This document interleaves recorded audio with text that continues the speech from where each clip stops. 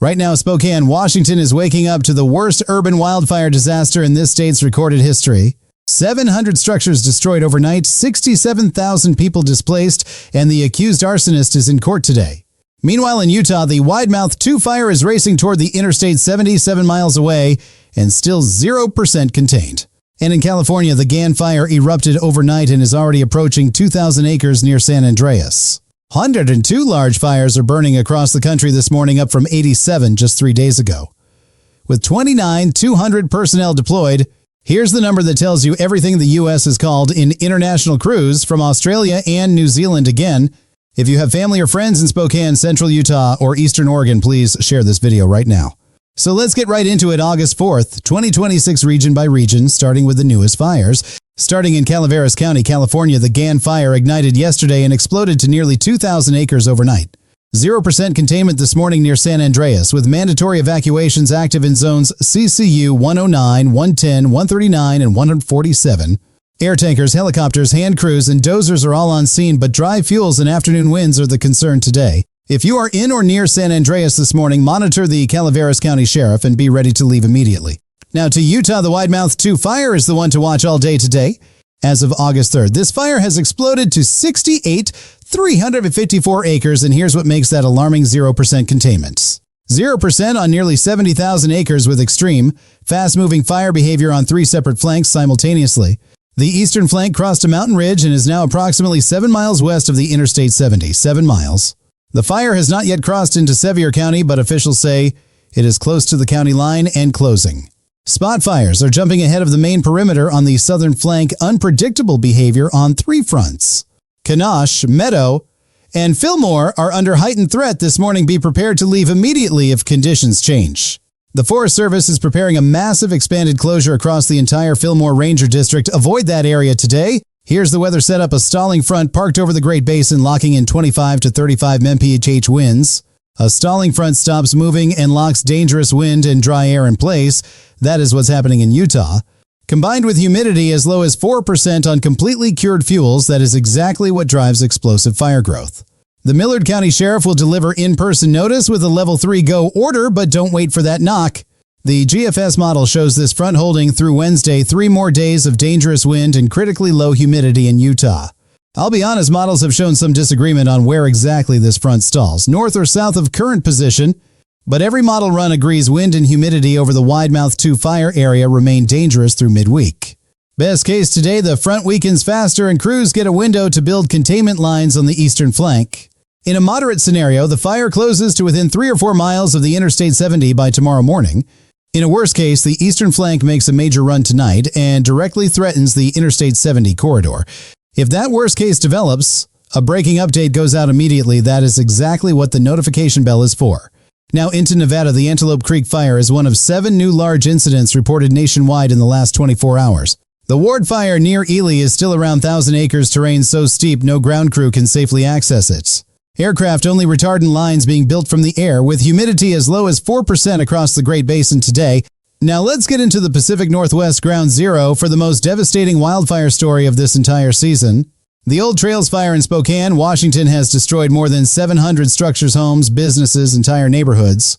Some of those neighborhoods burned so fast that houses on one side of the street survived while the other side was destroyed.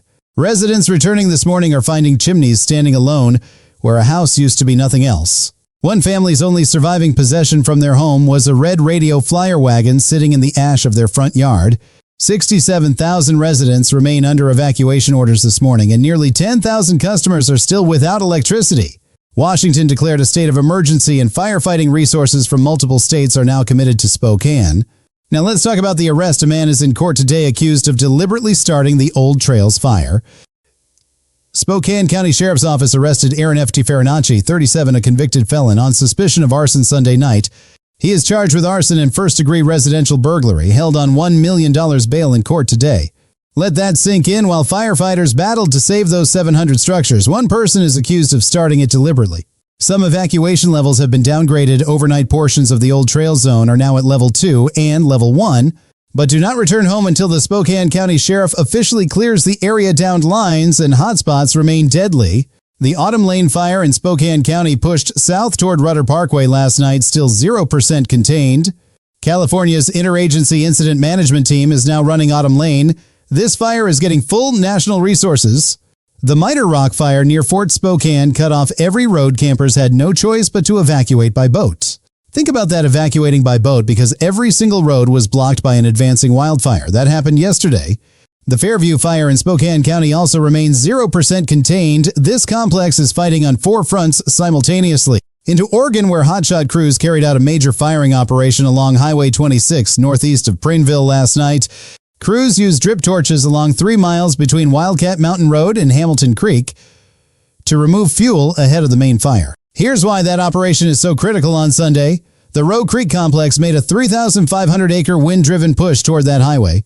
3,500 acres in a single day's wind event heading straight toward Highway 26. That is the threat those crews are blocking tonight.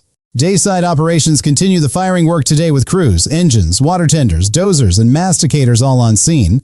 The Rowe Creek complex is at 313,439 acres with 55% containment under Southwest IMT-2 Unified Command this morning. Highway 26 remains closed from milepost 32.5 to 66 east of Prineville to near Mitchell. No reopening time announced yet. Now the Shingle fire 14 miles southeast of Mitchell, Oregon 372 acres this morning and only 16% contained. Here's real good news on the Shingle fire. The Birch Creek area on the northeast side was officially called contained today. Crews are building dozer line between Day Creek and Home Sweet Home Spring to protect Dayville on the east side. Containment work around Kangaroo Basin held through Saturday's strong winds. That is a significant vote of confidence in those lines. The Henry fire is 73% contained at 29,850 acres, no growth expected. Crews focused on interior smoldering only. The Coyote fire is 89% contained at 17,448 acres. This one is nearly done, and that crew's work shows it. Evacuations remain active across Crook, Grant, and Wheeler Counties. Ochoco National Forest and John Day fossil beds still closed. Now here's the good news section, because 4 fires hit 100% containment, and those crews deserve full recognition. Cottonwood at 15,658 acres, Porcupine Ridge at 79,225, Hog at 50,224, Hopkin at 11,366, all 4 fully contained.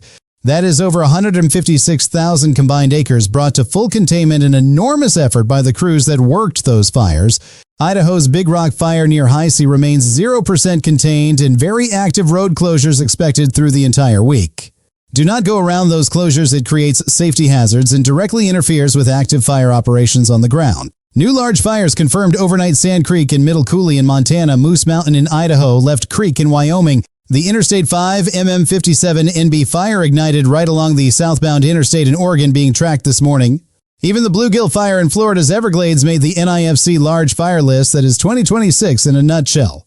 Let's talk weather, because the setup today is meaningfully different from Saturday's wind event, and that matters for crews. The Pacific Northwest has lighter winds today, a real window for crews compared to Saturday's 50-mile-per-hour gusts. Temperatures are running cooler than average across the inland Northwest and Northern Rockies, the best conditions in a week. The Okanogan Valley in Washington has north winds today, a favorable shift that eases pressure on the Sinlahican fire situation. California, the southern Great Basin, and the Southwest are still above 100 degrees with very low humidity everywhere. Phoenix at 116, Las Vegas at 112, Palm Springs near 120 degrees today. The heat dome remains fully locked in place. Dallas, Houston, and San Antonio all running heat index values above 108 degrees. Stay hydrated if you're in Texas today. The southwest monsoon is showing some life southeast Arizona and northeastern New Mexico. May see beneficial wet storms today. Colorado, northern Wyoming, and eastern Montana will see a mix of wet and dry storms. Dry lightning remains a new fire risk. Western Washington smoke is going to increase significantly through today and into Tuesday per the HRRR smoke model. North winds will keep parts of Puget Sound cleaner at times, but heavier smoke arrives by Tuesday across the Seattle area. East of the Mississippi River, below normal temperatures, scattered heavy rain, and 0 fire concerns this entire week. New York, Boston, Chicago, Atlanta. If you're east of the Mississippi, you are in the quiet zone this week. Enjoy it. Here is an important story out of Oregon that tells you something about the state of the national firefighting system today. Oregon's Department of Forestry flagged a national shortage of middle management supervisors, a real operational constraint. ODF had to bring in 4 military helicopter managers from California just to activate the Oregon National Guard aircraft. Without those 4 out-of-state managers, Oregon could not deploy its own National Guard to fight its own fires, full stop. That is how stretched the national system is right now. Every single qualified supervisor is critical to this operation. Looking ahead, no meaningful rainfall in the pipeline for the Pacific Northwest fire zones this week or next. Isolated afternoon mountain thunderstorms are possible, but dry lightning from those storms could ignite new fires today. NIFC's seasonal outlook shows above normal fire risk persisting through early fall. This does not resolve quickly. Real relief: sustained rainfall. Lower fire risk is not coming to the Pacific Northwest until late September or October. Here are the 5 fires I'm watching most closely over the next 24 to 48 hours. 1 Widemouth 2 fire, Utah 68, 354 acres, 0% eastern flank approaching the Interstate 70 corridor. 2 Gann Fire, California, nearly 2,000 acres overnight, 0%, mandatory evacuations in Calaveras County.